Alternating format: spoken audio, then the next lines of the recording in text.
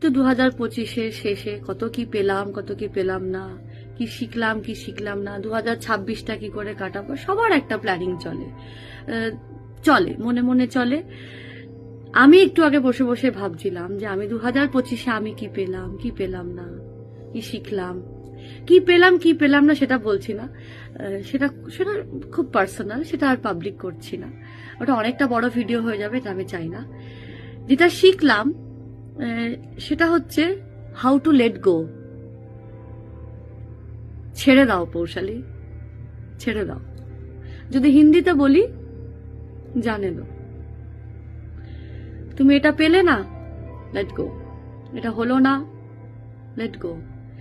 এবং ও এটা বললো না, লেট গো। বা ওটা বলেছিল করলো না। যেভাবে বলছি হাত পা ঘুরিয়ে, এটা অত ইজি নয়, আপনারাও জানেন। যারা অনেকদিন ধরে চেষ্টা করছেন কিন্তু পাচ্ছেন না, তারাও বুঝতে পারছেন যে মুখে বলা খুব সহজ পৌশালী, কাজে করা সহজ নয়। কিন্তু একবার জোর করে হলেও নিজের মানসিকতাটাকে ঠিক রেখে, নিজের মনের মধ্যে যে শিক্ষাগত যোগ্যতা, এক্সপিরিয়েন্স দিয়ে যদি একবার এই প্রসেসটার মধ্যে হেঁটে যদি দেখেন, ইটস আ বিউটিফুল ফিলিংস। আর এইটাই আমি বছর থেকে শিখলাম, Poushali, how to let go. এটা নিজেকে হালকা রাখা, নিজেকে ভালো রাখা। যে কথাটা আমি স্টেজে বলি, সেটাই আর কি নিজের প্রতি নিজের দায়িত্ব দিয়ে কথাটা বলা, যে নিজেকে আনন্দে রাখার নাম জীবন। সেটা করতে গেলে জানেন, ছেড়ে দাও। এটা আমি শিখেছি, এক্সপিরিয়েন্স দিয়ে হোক শিখেছি। সেকেন্ড পয়েন্ট হচ্ছে এক্সপেকটেশন। আমরা কত রিলস দেখি, এক্সপেক্ট করো না, এই করো না, ওই করো না, হ্যান করো না, ত্যান করো না। এক্সপেকটেশন কথাটা কিন্তু খুব সুন্দর একটা কথা। আমি এক্সপেকটেশন করি না, এটাই একটা এক্সপেকটেশন। অতএব নিজের কাজের প্রতি এক্সপেকটেশন আর ডেডিকেশন ছাড়া বাকি জীবনের সমস্ত বিষয়ের এক্সপেক্ট করাটা ভুল। অনেকগুলো ভুলের মধ্যে ভুল। আমি একটা গান গাইবো, ওটা আমার কাজ। আপনি একটা প্রজেক্ট বানাবেন, কি স্টুডেন্টসরা একটা কোনো প্রজেক্ট বানাবে, একটা মানুষ, একটা ব্যক্তি, সে একটা দোকান দেবে, সে যেরকমই হোক, তার কাজের প্রতি একটা এক্সপেকটেশন থাকবে না, যে আমি একটা দোকান দিলাম, আমি তো চাই আমার দোকানের জিনিসপত্র বিক্রি হোক।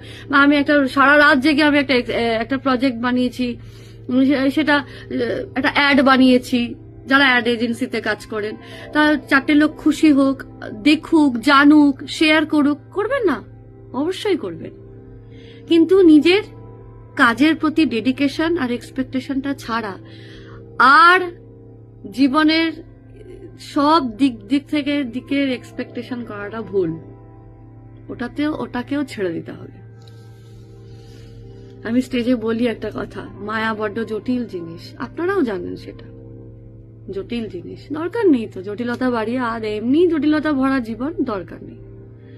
আর লাস্টে একটা কথাই বলবো, থ্যাংক ইউ আমার অডিয়েন্স, আমার দর্শক, thank you my beautiful audience, যে দিদি তুমি এগিয়ে যাও, আমি সাথে আছি, ভগবান মঙ্গল করুক। এটা পাওয়া ছাড়া আর কিচ্ছু না, কিচ্ছু না।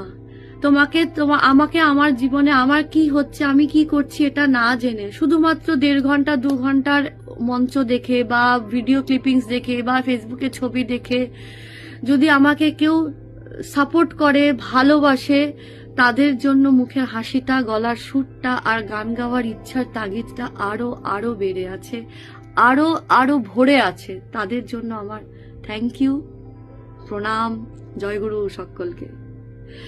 আর last but not the list,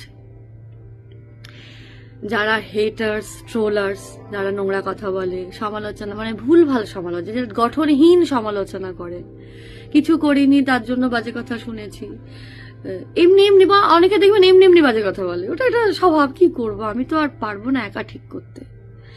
এমনি একটা দুম করে বাজে কথা বলে দিলাম, নোংরা কথা বলে দিলাম, বাড়ির লোক তুলে বাজে কথা, মা বোন তুলে বাজে, যারা বলে আর কি, যেভাবে আর কি হেটার্স অ্যান্ড ট্রোলার্স, তাদেরকেও থ্যাংক ইউ একটাই কারণে, শিল্পী তার সহনশীলতা নিয়েই থাকা উচিত। এই সহনশীলতার কথাটার বড্ড গুরুত্বপূর্ণ কথা, এটা শিখেছি আমি হেটার্স আর ট্রোলার্সদের কাছ থেকে, যে তাদের এত নেগেটিভ কমেন্টস, নেগেটিভ ভাইবস দেখার পাওয়া সত্ত্বেও নিজের সহ্য ক্ষমতাকে যে বাড়িয়ে রাখতে পেরেছি, আমি যে পেরেছি সহনশীলতা নিয়ে আমার নিজের শৈল্পিক সত্তাকে বাঁচিয়ে রাখতে, জয়গুরু তাদেরকেও happy new year to all of you.